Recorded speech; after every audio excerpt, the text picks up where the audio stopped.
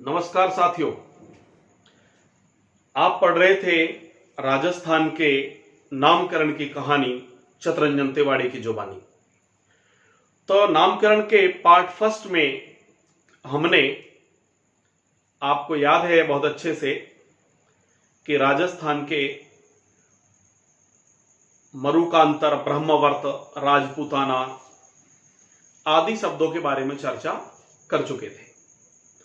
फिर हमने राजस्थान शब्द की चर्चा की और राजस्थान शब्द के लिए हमने बता दिया आपको कि 625 ईस्वी के सिरोही जिले के बसंतगढ़ स्थित शिलालेख में इस भूभाग के लिए राजस्थान शब्द के प्रयोग के प्राचीनतम लिखित प्रमाण मिले हैं, जिसमें राजस्थानी यादित्य शब्द उत्कीर्ण है। इसके बाद साथ ही हमने बताया आपको कि 1665 में मोहनोत नैणसी जो कि मारवाड़ के यानी जोधपुर के शासक गजसिंह के दरबार में सेवा की उन्होंने, और फिर उन्हें दीवान बना दिया गया 1658 के आसपास। बाद में जब औरंगजेब ने शिवाजी के दमन के लिए जोधपुर के शासक जसवंत सिंह जी को औरंगाबाद भेजा, तो जसवंत सिंह जी अपने साथ मोहनोत नैणसी, इनके भाई सुंदरदास, दोनों को साथ ले गए थे। लेकिन वहां किसी बात को लेकर के इनके बीच अनबन हो गई, जिससे इन्होंने दोनों भाइयों को वहां पर कैद की सजा सुना दी और बाद में 1 लाख रुपए का जुर्माना देकर आजाद करने को कहा। लेकिन इन्होंने 1 भी रुपया जुर्माने का नहीं दिया। तो जब इन्हें जोधपुर आने की व्यवस्था की तो रास्ते में इन्हें मरवा दिया गया। इन मोहनोत नैणसी की पुस्तक का नाम है क्या? नैण सीरी ख्यात, जिसके बारे में हम कल चर्चा कर चुके थे। यह नैणसीरी जो ख्यात हमने बताया आपको, राजस्थान का प्रथम ऐतिहासिक क्या है, ग्रंथ है, जो मारवाड़ी डिंगल भाषा में लिखी हुई है। आप जानते हो 2 शैली साहित्य की, डिंगल और पिंगल। तो जो ब्रज क्षेत्र का जो साहित्य पिंगल साहित्य कहलाता है, और मेवाड़ मारवाड़ की तरफ का जो साहित्य है एक तरीके से वो डिंगल साहित्य कहलाता है। ब्रज वाला पिंगल और उधर वाला ये डिंगल। तो ये मारवाड़ी डिंगल भाषा में लिखी हुई है, और इसमें उस समय के राजपूताना के सभी राज्यों का वर्णन है, लेकिन मुख्य रूप से जोधपुर है, बुंदेलखंड है, आपके मालवा है, गुजरात है, इन सभी राज्यों का वर्णन इसमें देखने को मिलता है। इस ख्यात की प्रमुख विशेषता है कि इस ख्यात में है शब्द का प्रयोग नहीं किया गया है। ये इस ख्यात की प्रमुख विशेषता है कि इस ख्यात में है शब्द का प्रयोग नहीं किया गया है। तो इतना साथियों आपको याद हो जाना चाहिए। ओके, फिर हमने बात करी आपसे 1665 के बाद 1731 के वीरभाण के राजरूपक की, कि वीरभाण कृत जो राजरूपक है इसमें मारवाड़ के शासन का वर्णन मिलता है। और ये आपको याद है कि मारवाड़ के महाराणा अभय सिंह जो हैं, उनके एक तरीके से चारण रत्नु वीरभाण जो है कवि थे, जिन्होंने वहां के बारे में लिखा। ये चर्चा हम कल यहां तक कर चुके थे, और कुछ मैंने आपको और बातें बता दी। अब हम बात कर चल रही थी हमारी राजस्थान शब्द की। तो देखें आप कि राजस्थान जो शब्द है, इसमें ये 3 चीजें आप ध्यान कर लें। पहले एक तो क्या, पहला तो 625 ईस्वी, दूसरा 1665 और तीसरा यह 1731 का वीरभाण का राज रूपक। फिर कहीं जाकर के बात आती है बहुत इंपॉर्टेंट व्यक्ति, और उन व्यक्ति का नाम है, आपको याद रहे, colonel James Tod. Colonel James Tod या कॉलोनेल ल्यूटनंट जेम्स टॉड। मित्रों इन्होंने कब कैसे प्रयोग किया, इससे पहले थोड़ा सा हम इनकी जीवनी के बारे में पढ़ ले।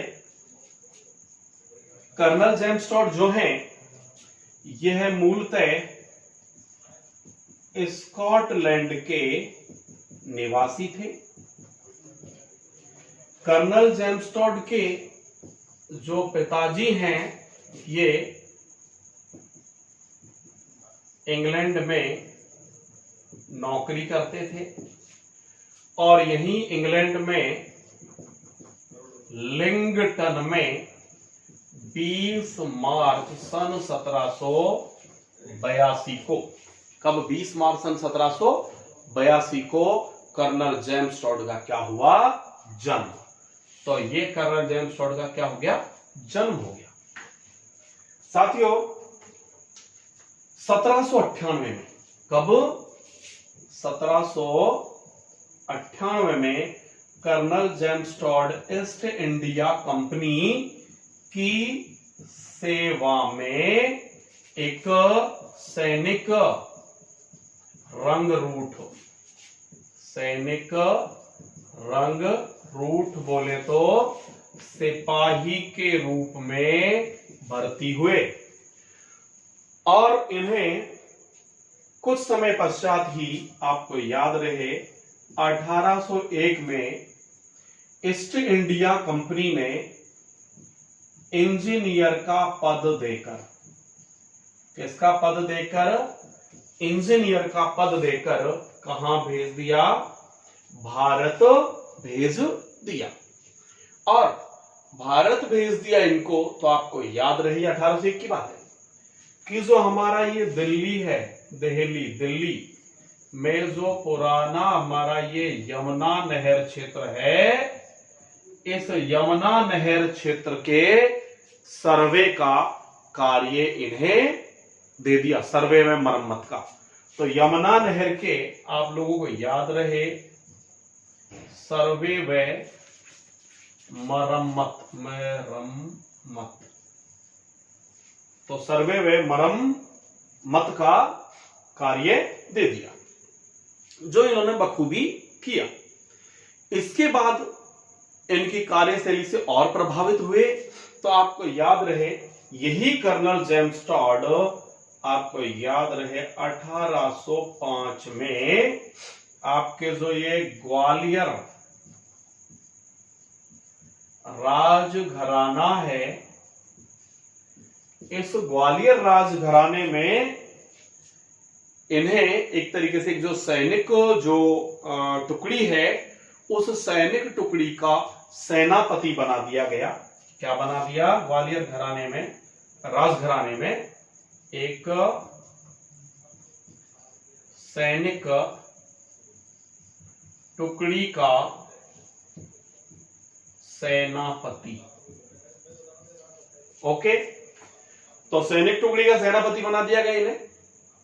और ये आपको याद रहे, बड़े फेमस शासक दौलत राव सिंधिया उस समय वहां के शासक हुआ करते थे, तब की ये बातें हैं। तो वहां पर ये रहे और इसी वहां रहते हुए 1806 में ये एक ब्रिटिश राजदूत के साथ मेवाड़ या उदयपुर आए। तो पहली बार ये मेवाड़ उदयपुर आ गए हैं और ये लगभग आपको याद रहे कि 1905 से 10-11 सालों तक, 1805 से 10-11 सालों तक, यानी कि लगभग ग्वालियर सेवा इन्होंने दी। लगभग कितने वर्ष तक, 10 वर्ष तक ग्वालियर राजघराने की सेवा में ये रहे। इतनी चीज आपको याद आ जानी चाहिए। इसी बीच आपको याद रहे कि जो कर्नल जेम्स टॉड हैं, तो ये 1812 से 1817 तक की अपन बात करें, लगभग कि 1812 से 1817 तक की बात है, इस समय इन्होंने राजपूताने का भ्रमण किया। कब, 1812 से 1817 तक राजपूताने का क्या किया मित्रों, भ्रमण किया। और जब इन्होंने राजपूताने का क्या किया, भ्रमण, इनकी रुचि थी राजस्थान के यहाँ की कला, संस्कृति, कल्चर, भौगोलिक स्थिति, इन सब के बारे में। तो ये घूमे और जहां भी जाते इनको पूर्ण सम्मान और सहयोग मिलता, जो ये पूछते, क्योंकि आपको पता है कि ईस्ट इंडिया कंपनी जो कि उस समय बड़ी क्या थी, पावरफुल थी, उसके ये क्या थे, एक प्रमुख व्यक्तित्व थे, एक पर्सनैलिटी थे। तो संपूर्ण जो राजा हैं उन्होंने इनका क्या किया, सहयोग किया। इतना आपको याद हो जाना चाहिए। फिर क्या होता है कि 1817 से और 1822 तक, ये स्क्रीनशॉट आप बीच बीच में लेते रहें, 1817 से 1822 तक ये हमारे यहां पर राजपूताना में पॉलिटिकल एजेंट के पद पर रहे। और ये सबसे पहले मेवाड़ के पॉलिटिकल एजेंट नियुक्त किए गए, और पश्चिमी राजपूताना, हाड़ौती आदि जगह। तो हमने कहा 1817 से 1822 तक ये राजपूताने में पीए बोले तो पॉलिटिकल एजेंट या रेजिडेंट के पद पर रहे। कहां, मेवाड़ व हाड़ौती, पश्चिमी राजपूताना, इनकी अपन बात कर रहे हैं। तो सर्वप्रथम मेवाड़ में ये पॉलिटिकल एजेंट, हाड़ौती क्षेत्र है, इन क्षेत्रों में रहे। और जो कर्नल जेम्स टॉड हैं, इन्होंने उस समय मांडलगढ़ भीलवाड़ा गए। सबसे पहले मांडलगढ़ भीलवाड़ा, और मांडलगढ़ भीलवाड़ा में एक संत जैन यति ज्ञान चंद सूरी, इनको कर्नल जेम्स टॉड ने क्या बना लिया, अपना गुरु बना लिया। इनको कर्नल जेम्स टॉड ने अपना क्या बना लिया, गुरु बना लिया। तो इतनी चीज भी आपको याद रहनी चाहिए। कर्नल जेम्स टॉड ने गुरु बना लिया, यहां बहुत अच्छे से ये कार्य कर रहे हैं, कहीं किसी प्रकार की कोई प्रॉब्लम नहीं, कोई टेंशन नहीं। राजस्थान के इतिहास में इनकी रुचि है। ये राजस्थान का लगातार क्या लिख रहे हैं, मतलब ऐतिहासिक सामग्री इकट्ठा कर रहे हैं। अब जब ये घूम घूम करके जहां जाते हैं, कभी राजपूतानी किस रियासत में गए, कभी किस में गए, और उस समय साधन एक ही था इंपॉर्टेंट सा, घोड़ा। पॉलिटिकल एजेंट थे, तो घोड़े पर बैठ बैठ करके राजपूतानी की रियासतों में घूमे। कई साहब एक बढ़िया वाला हैट है, लंबी दाढ़ी है, घोड़ा है, और वहां जाते और जाकर के फिर लोग इन्हें कहने लग गए, दाढ़ी के कारण। वैसे तो ये आप लोग देखें युवा ही थे एक तरीके से बात करें तो घोड़े के कारण और बड़ी दाढ़ी के कारण घूमते, तो इन्हें कहने लगे घोड़े वाले बाबा। तो ये घोड़े वाले बाबा के उपनाम से क्या हो गए, फेमस हो गए। कौन, कर्नल जेम्स टॉड। तो इतनी चीज आपको याद हो जानी चाहिए। अब जब ये लगातार जा रहे हैं तो राजपूत लोगों से इनके जो संबंध हैं वो बड़े मधुर हो जाते हैं। अब जब राजपूत लोगों से इनके संबंध मधुर हो गए तो इस बात का शक हो जाता है इनके अंग्रेज लोगों को, इनके अधिकारियों को, कि यार ये हमारे व्यक्ति हैं या इनके व्यक्ति हैं, कि इनके प्रति श्रद्धा भाव रखते हैं। और बाद में कर्नल जेम्स टॉड ने अपने इतिहास में लिखा भी कि मुझे वहां के हर पेड़ से प्यार है, मुझे वहां के हर व्यक्ति से प्यार है, मुझे वहां की हर चीज अच्छी लगती है। लेकिन इसका मतलब ये तो नहीं है कि वो अपने हुकूमत के प्रति स्वामी भक्ति नहीं है, ये तो भावनाएं हो सकती हैं। तो कर्नल जेम्स टॉड को जब इस बात का पता लगा कि ये तुम पर क्या कर रहे हैं, शक कर रहे हैं, क्या कर रहे हैं, शक कर रहे हैं, तो 1822 में कर्नल जेम्स टॉड ने ईस्ट इंडिया कंपनी की नौकरी को त्याग पत्र दे दिया। क्या दे दिया, त्याग पत्र, और वापस इंग्लैंड चले गए। वापस कहां चले गए, इंग्लैंड। आपको याद रहे वहां से भी चले गए तो इन्होंने 16 नवंबर 1826 को 16 नवंबर 1826 को जूलिया कटर बक नामक स्त्री से विवाह किया, जहां इनके शायद 2 पुत्री और 1 पुत्र उनसे इन्हें प्राप्त हुआ। ये चीज याद रहे आपको। फिर ये जो यहां से ऐतिहासिक सामग्री इकट्ठा करके लेके गए थे, उसको इन्होंने व्यवस्थित ढंग से लिखना शुरू किया। क्लियर? जिसके बारे में हम अभी चर्चा करने वाले हैं। यहां एक चीज और आपको याद है कि जब कर्नल जेम्स टॉड घूम रहे थे राजपूताना में, तो यहां घूमते घूमते साहब ये सिरोही चले गए।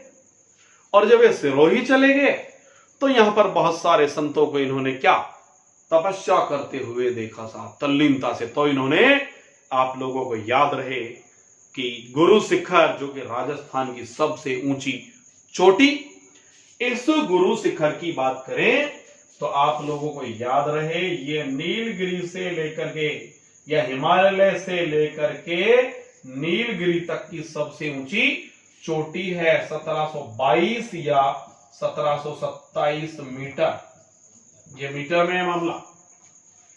1727 कब है गुरु शिखर? एक मंदिर है यहां पर दत्तात्रेय ऋषि का। तो दत्तात्रेय ऋषि के मंदिर की ऊंचाई होगी कितनी? 5 मीटर। इसको मिलाकर के हो जाती है 1727। नॉर्मली जब पूछा जाए कि गुरु शिखर की ऊंचाई कितनी है तो 1722 मीटर। ओके, इनको अगर बदलने अपन उसमें फिट में, तो ये हो जाएगा 5649.01 फिट, और ये हो जाएगा 5666.6, जो भी है थोड़ा बहुत है लगभग, यानी ये 5649 है, ये इसको 5666.01 हो सकता है, या ये 5649.6 हो सकता है। तो ये फिट, ये इसकी ऊंचाई है। संतों का शिखर कहा इसको इन्होंने। दूसरी बात आपको याद रहे, ये वही कर्नल जेम्स टॉड है जिन्होंने अपनी इस पुस्तक में, जिसकी हम चर्चा करने वाले हैं, हल्दी घाटी को, आपको याद रहे हल्दी घाटी का जो युद्ध है उसको आपके राजस्थान की थर्मोपोली की संज्ञा दी, या मेवाड़ की थर्मोपोली की संज्ञा दी। और एक दिवेर जगह है, जब आप जाते हो अजमेर से राजसमंद के लिए तो रास्ते में जगह पड़ती है जमा जाके ठीक बाद दिवेर। तो इस दिवेर में जो युद्ध हुआ था अकबर के चाचा सुल्तान खां और महाराणा प्रताप के ज्येष्ठ पुत्र अमर सिंह के बीच, इस दिवेर के युद्ध को इन्हीं कर्नल जेम्स टॉड ने मेवाड़ के मैराथन की संज्ञा दी थी। थर्मोपोली एक बहुत बड़ा युद्ध है जिसके बारे में हम आपसे थोड़ी देर बाद चर्चा करेंगे, लेकिन उससे पहले आप लोग देख लें कि ये इनके बारे में बात हो गई कि साहब ये इंग्लैंड चले गए और वहां जूलिया कटर बक से क्या कर ली इन्होंने, शादी कर ली, बच्चे हो गए, और स्वास्थ्य इनका बहुत ज्यादा इस समय फिर साथ दे नहीं रहा था। ये लगातार जो यहां से ऐतिहासिक सामग्री इकट्ठा करके लेकर के गए हैं उसको इन्होंने एक तरीके से बहुत अच्छे तरीके से लिखना क्या कर दिया, शुरू कर दिया। जब ये राजपूताना में थे उस समय आप लोगों को याद रहे यहाँ के मुंशियों ने भी इनका बहुत सहयोग किया। तो ये रजवाड़ा वगैरह जो शब्द हैं, इन शब्दों का जो प्रयोग मिलता है, रजवाड़ा वगैरह जो शब्द हैं, तो इनका शब्द उन्हीं बहियों में मिलता है। तो मुंशियों ने भी इनका क्या किया था, बहुत सहयोग किया था। अब आप लोग देखें कि कर्नल जेम्स टॉड क्या करते हैं, इनकी उसकी बात हो गई है जीवनी की, थोड़ा बहुत फिर इसके बाद देखें तो पुस्तक लिख दी है। पुस्तक जो लिखते हैं, ये पुस्तक लिखते हैं, इनकी पुस्तक का प्रकाशन होता है 1829 में। कब होता है? 1829 में इनकी पुस्तक, और पुस्तक का नाम है the annals and antiquities of Rajasthan. The annals and antiquities of Rajasthan, यही नाम मिलता है। लेकिन साहब आपको याद रहे कि जो हमारे कर्नल जेम्स टॉड कृत जो राजस्थान का इतिहास है, और इसकी जो अनुवादक है हमारे इतिहासकार श्री कालूराम शर्मा जी, तो उनकी पुस्तक जो कर्नल जेम्स टॉड कृत इतिहास है, राजस्थान का इतिहास, इसमें आप लोगों को याद रहे मिलता है the annals and antiquities of Rajputana शब्द मिलता है उसमें। ये चीज है, ये कौन लिखते हैं? कालूराम शर्मा जी लिखते हैं, प्रसिद्ध इतिहासकार हैं। मुख्यतः आप लोगों ने यही पढ़ा होगा, लेकिन ये एक नई चीज भी आपके सामने आ गई। जब भी आप पुस्तक देखेंगे तो उसमें पहले पेज पर ही आपको यह लिखा हुआ मिलेगा, Rajputana, the annals and antiquities of Rajputana. जब अधिकांश हम यही पढ़ते हैं, the annals and antiquities of Rajasthan. और जब इस टाइटल की बात करेंगे, जब टाइटल ये है, तो आप लोग देख लीजिए पुस्तक में ही इन्होंने राजस्थान शब्द का प्रयोग कर दिया है, यदि टाइटल यही है तो। लेकिन इतिहासकारों में अलग अलग बातें, हमने मुख्यतः यही पढ़ा है, लेकिन जब आप वो पुस्तक देखेंगे, मैं फिर बता रहा हूं आपको, तो उसमें आपको यही लिखा हुआ मिलेगा।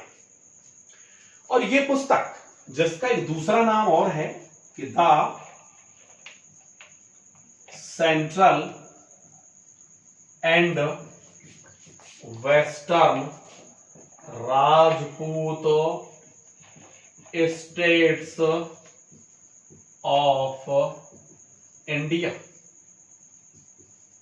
The central western Rajput states of India. ये जो पुस्तक है, ये दो भागों में प्रकाशित हुई। एक तो था the annals and antiquities of Rajasthan भाग फर्स्ट, और एक थी the annals and antiquities of Rajasthan भाग सेकंड। ये जो भाग फर्स्ट है, इसका प्रकाशन कब हुआ? 1829 में। और ये जो भाग सेकंड है, इसका प्रकाशन कब हुआ? 1832 में। तो 1829 में जो भाग फर्स्ट का प्रकाशन हुआ है, इसमें ये जो कर्नल जेम्स टॉड हैं, तो मित्रों आपको याद रहे कि इस कर्नल जेम्स टॉड ने अपनी इस पुस्तक के भाग फर्स्ट में जो राजपूताना है, तो राजपूताने की भौगोलिक वंशावली और शाही सामंती जागीरदारी व्यवस्था, यानी फर्स्ट भाग में राजपूतों की या राजपूताना की भौगोलिक स्थिति, राजपूताना के लिए राजपूताना तो राजपूताने की क्या भौगोलिक स्थिति, इसके अलावा राजपूतों की क्या वंशावली, यहां की जागीरदारी, यहां की सामंती अर्थात यहां की क्या जागीरदारी सामंती व्यवस्था, और मेवाड़ के इतिहास का वर्णन किया। मेवाड़ के किसका इतिहास का वर्णन किया। जबकि जो सेकंड पार्ट है, इसमें इसके अलावा इन्होंने आपके मारवाड़ है, बीकानेर है, जैसलमेर है, हाड़ौती, आमेर है। तो मारवाड़, बीकानेर, जैसलमेर, मारवाड़, बीकानेर, जैसलमेर, हाड़ौती, आमेर आदि राज्यों का वर्णन किया।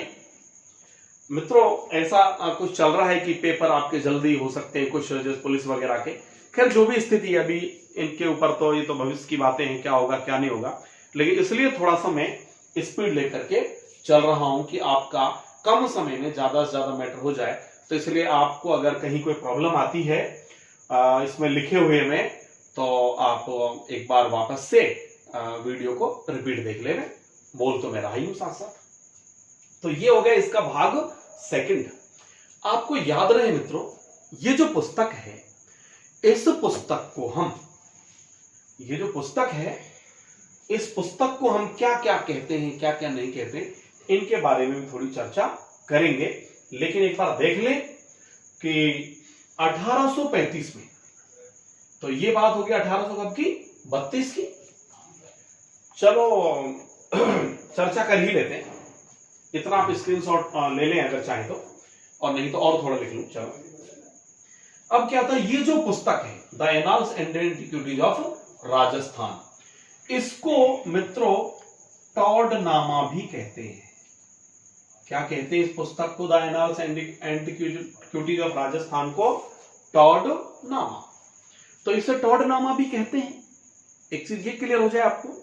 और इस पुस्तक की दूसरी यदि हम बात करें तो आपको क्लियर हो जाए मित्रों कि ये जो है एनाल्स, एनाल्स का मतलब क्या होता है? एनाल्स का जो मतलब होता है इसमें, एनाल्स का मतलब होता है एक तरीके से क्रमिक जो इतिहास है, यानी कि वर्ष का क्रमिक इतिहास। और जो एंटीक्विटीज होती है इसका जो वर्णन होता है, इसका जो शाब्दिक अर्थ होता है हिंदी में वो होता है प्राचीन समय। तो मतलब ये है क्या कि राजस्थान के प्राचीन समय का क्रमिक इतिहास है। राजस्थान के प्राचीन समय का क्या है? क्रमिक इतिहास है। कर्नल जेम्सटोन मित्रों जिन्होंने ऐसी बातें कही कि मुझे राजस्थान राजपूताना के लोगों से प्यार है, कि धरती से प्यार है, कि पेड़ से प्यार है, टहनी से प्यार है, तो क्या ऐसा व्यक्ति ऐसा हो सकता है कि साहब नहीं साहब ये तो यहाँ बांटने के लिए आया हो, वो करने के लिए आया हो? ये वास्तव में एक बहुत अच्छे व्यक्ति थे जिन्होंने राजपूताने की आन बान शान की जो कहानी है उसमें किसी प्रकार कोई काट छांट करके उसको एज इट इज लिख दिया, जैसा इनको यहाँ के चारण भाटों ने बताया, जैसे यहाँ के राजाओं ने इन्हें बताया, जैसे यहाँ के लोगों ने इन्हें बताया। एक चीज है कि जो क्रम है उसमें वर्ष वगैरह में, सन वगैरह में जरूर कहीं कोई प्रॉब्लम हो सकती है, क्योंकि जब ये यहां से वहां चले गए थे इंग्लैंड तो जैसी सामग्री इनके पास थी उसको इन्होंने लिख दिया, जो इनको याद रहा वो इन्होंने लिख दिया। उस समय कोई ऐसे सुविधाएं उपलब्ध नहीं थी कि जिनके माध्यम से किसी चीज की दोबारा पुष्टि कर सकें या फोन के माध्यम से पुष्टि कर सकें। दूसरा, इनका इस समय स्वास्थ्य भी साथ नहीं दे रहा था। तो मित्रों ये चीज याद हो जाए आपको। तो इसे टॉडनामा भी कहते हैं, हमने बता दिया आपको। और इस पुस्तक को आपको याद रहे, क्योंकि जैसे ये एक पूरे उसका जैसे इन्होंने देखा खुद गए, तो ये संस्मरणात्मक पुस्तक है टॉडनामा, या यह एक क्या है? संस्मरणात्मक क्या है? पुस्तक है। ये चीज भी आपको याद रहे। दूसरी बात करें इसकी, तो साहब ये जो पुस्तक है इसका जो संपादन किया, इस पुस्तक का क्या किया? संपादन। तो ये जो पुस्तक है इसका जो संपादन किया है किसने? विलियम क्रुक ने। किसने किया है? विलियम क्रुक ने इस पुस्तक का संपादन किया। इसके बारे में और बहुत सारी बातें मिलती हैं, जैसे क्या इस पुस्तक में एक चीज और, ये जो पुस्तक है इसको लिखने के बाद इन्होंने इसे अपने गुरु जैन यति ज्ञानचंद सूरी को समर्पित कर दिया। यानी कि ये जो पुस्तक है इसको अपने गुरु को क्या कर दिया? समर्पित। ये चीज भी ध्यान रहे आपको, गुरु को समर्पित कर दिया। और इस पुस्तक के जब हम बात करते हैं किसकी? अनुवाद की, तो देखिए इस पुस्तक का जो अनुवाद किया है इस पुस्तक का अनुवाद आपके सिरोही के रोहिड़ा गांव निवासी, यानी कि जो एनाल्स एंड एंटिक्विटीज ऑफ जो राजस्थान है, इस पुस्तक का क्या किया है? अनुवाद किया है। तो ये चीज आपको याद है, बीच बीच में स्क्रीनशॉट ले लिया करें। तो इस पुस्तक का अनुवाद सिरोही के रोहिड़ा गांव निवासी इतिहासकार गौरी चंद हीराचंद ओझा ने किया है। तो आप लोगों को याद रहे कि ये पुस्तक जो है इसका जो आपके अनुवाद है, तो पुस्तक का अनुवाद रोहिड़ा गांव सिरोही निवासी इतिहासकार गौरी शंकर हीराचंद ओझा, गौरी शंकर हीराचंद ओझा ने इस पुस्तक का क्या किया है, हिंदी अनुवाद किया। किस नाम से? राजपूताने का इतिहास नामक पुस्तक। तो इन्होंने किया वो किया राजपूताने का इतिहास नामक जो पुस्तक है, इसके टाइटल के नाम से इन्होंने इसका क्या कर दिया, एक तरीके से हिंदी अनुवाद कर दिया। दूसरी चीज और मिलती है इसके बारे में, ये जो आपके वही कर्नल जेम्स टॉड कर्थ जो आपके क्या है राजस्थान का इतिहास है, इसमें मिलता है कि साहब ये जो पुस्तक है इसका हिंदी अनुवाद 1907 से 1909, इस पुस्तक का हिंदी अनुवाद 1907 से 1909 में एक बलदेव प्रसाद मिश्र हुए हैं। कौन हुए? बलदेव, मैं लिख दूं आपको इधर, बलदेव प्रसाद मिश्र, इन्होंने किया। लेकिन जो सेकंड पार्ट है, ये फर्स्ट पार्ट का कर दिया है, annals and antiquities of Rajasthan भाग फर्स्ट का तो इन्होंने क्या कर दिया है, अनुवाद कर दिया है, फर्स्ट का अनुवाद इन्होंने कर दिया। लेकिन भाग second, the annals and antiquities of Rajasthan, जिसका दूसरा नाम क्या है, the central western Rajput states of India, तो इस पुस्तक के सेकंड पार्ट का जो प्रकाशन है, सेकंड भाग सेकंड के प्रकाशन से पूर्व ही आपको याद रहे बलदेव प्रसाद जो मिश्र हैं, इनका क्या हो गया, स्वर्गवास हो गया। इनका क्या हो गया, स्वर्गवास हो गया। तब जाकर के इनका जो सेकंड पार्ट है उसका जो अनुवाद किया है बाकी बचे हुए का इनके भाई ज्वाला प्रसाद मिश्र और इतिहासकार मुंशी देवी प्रसाद। तो जो सेकंड पार्ट है इसका जो किया है इनके भाई, यानी कि बलदेव प्रसाद के भाई, आपको तो लिख दूं, आपको ज्वाला, चलो लिख ही देता हूं, बलदेव प्रसाद के क्या भाई श्री ज्वाला प्रसाद मिश्र और इतिहासकार मुंशी देवी प्रसाद, इन्होंने बाद में इसका क्या किया है, अनुवाद किया है। एक बात ये भी देखने को मिलती है। तो इतना मित्रों आपको याद हो जाना चाहिए। अब आप आगे की बात करें तो आप लोग देख लें, इतना आपको पता चल ही गया, क्या कहा क्या नहीं कहा, क्या सारी बातें हैं। अब आप स्थिति देखेंगे तो साहब कर्नल जेम्स टॉड की मृत्यु हो गई 1835 में, इतना बात तो हुई गया अपना। फिर 1835 में कर्नल जेम्स टॉड की क्या हो जाती है, मृत्यु। तब जाकर के इन एक पुस्तक और लिखते हैं, ये है दूसरी पुस्तक, और वो होती है पश्चिमी राजपूताने की यात्रा या पश्चिमी भारत की यात्रा। इस तरीके से travels in central and western Rajput states of India. तो पुस्तक है इनकी 1835 में, मैंने बता दिया आपको 1835, ये नवंबर है, शायद 17 नवंबर या 25 नवंबर 1835 में मृत्यु। तो आपको याद हो जाए कि कर्नल जेम्स टॉड जो हैं इनकी 17 नवंबर 1835 क्या हो गई, मृत्यु। तो 1839 में इनकी जो दूसरी पुस्तक है उसका जो प्रकाशन करवाया वो इनकी पत्नी जूलिया, नाम में लिख चुका था ऑलरेडी, जूलिया कटर बक। तो जूलिया कटर बक ने, जो इनकी पत्नी है, इन्होंने इनकी 1839 में दूसरी पुस्तक, और दूसरी पुस्तक का नाम है क्या, ट्रेवल्स इन सेंट्रल एंड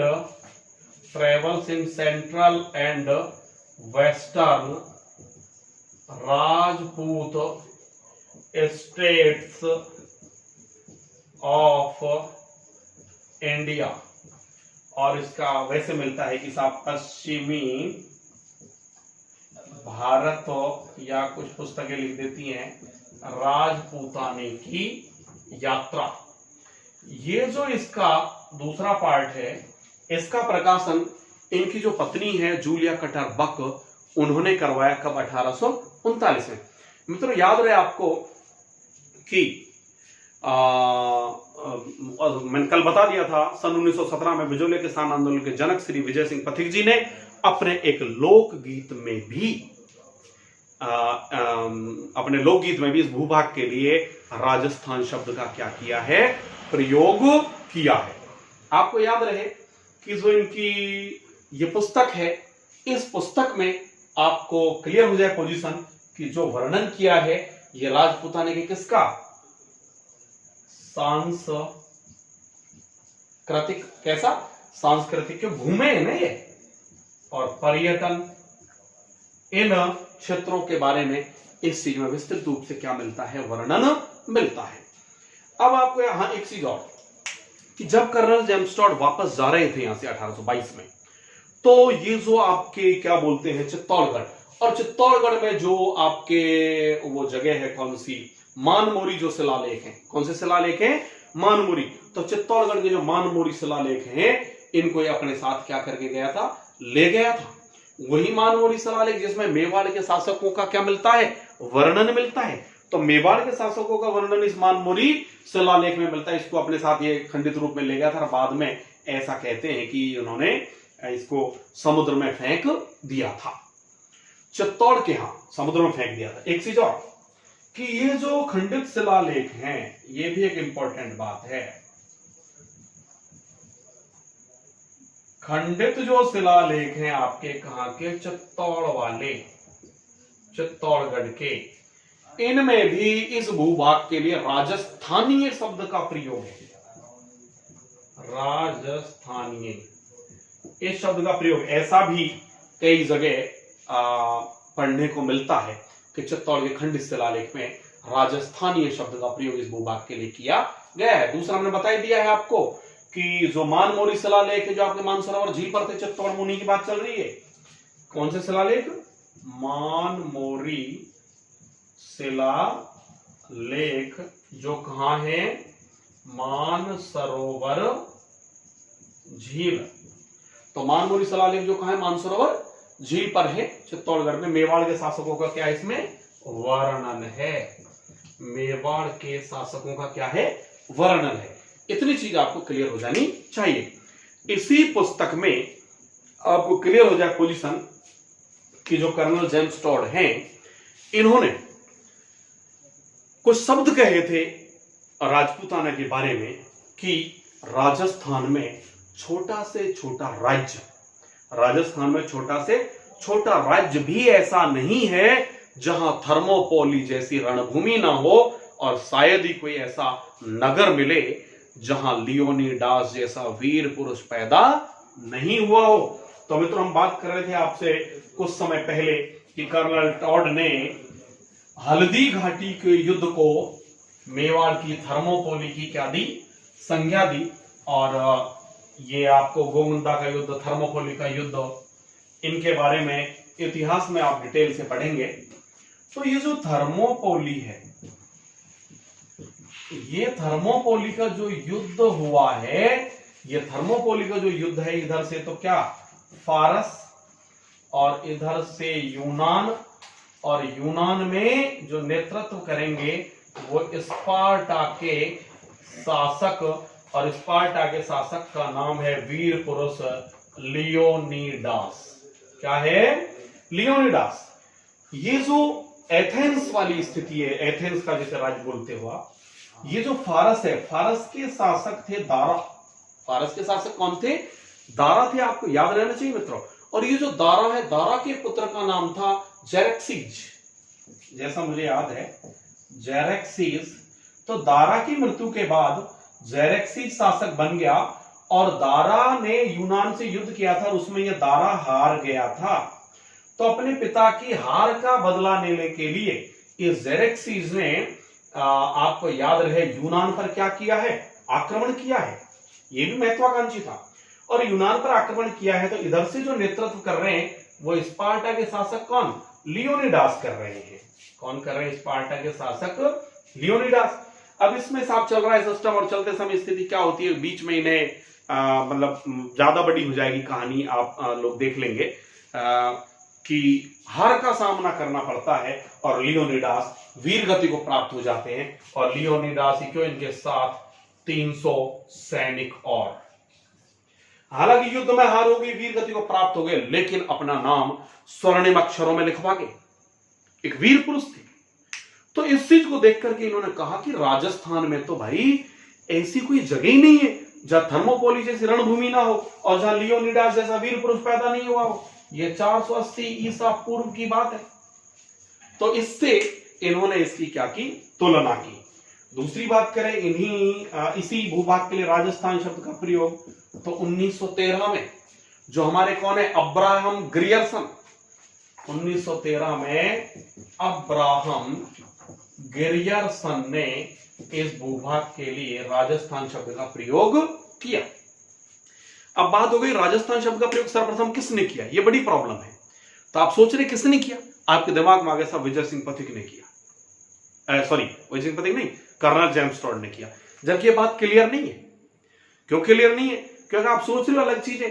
थोड़ी देर पहले मैंने कुछ और कहा था आपसे। क्या कहा था थोड़ी देर पहले?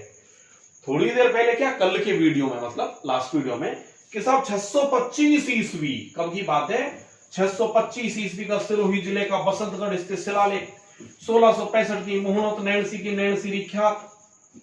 तो आपको याद रहे 625 ईस्वी का तो बसंतगढ़ शिलालेख, इसमें राजस्थान शब्द का प्रयोग है, और 1665 की नैणसीरी ख्यात में राजस्थान शब्द का प्रयोग है। 1731 के वीर भाण के राजरूपक में राजस्थान शब्द का प्रयोग है।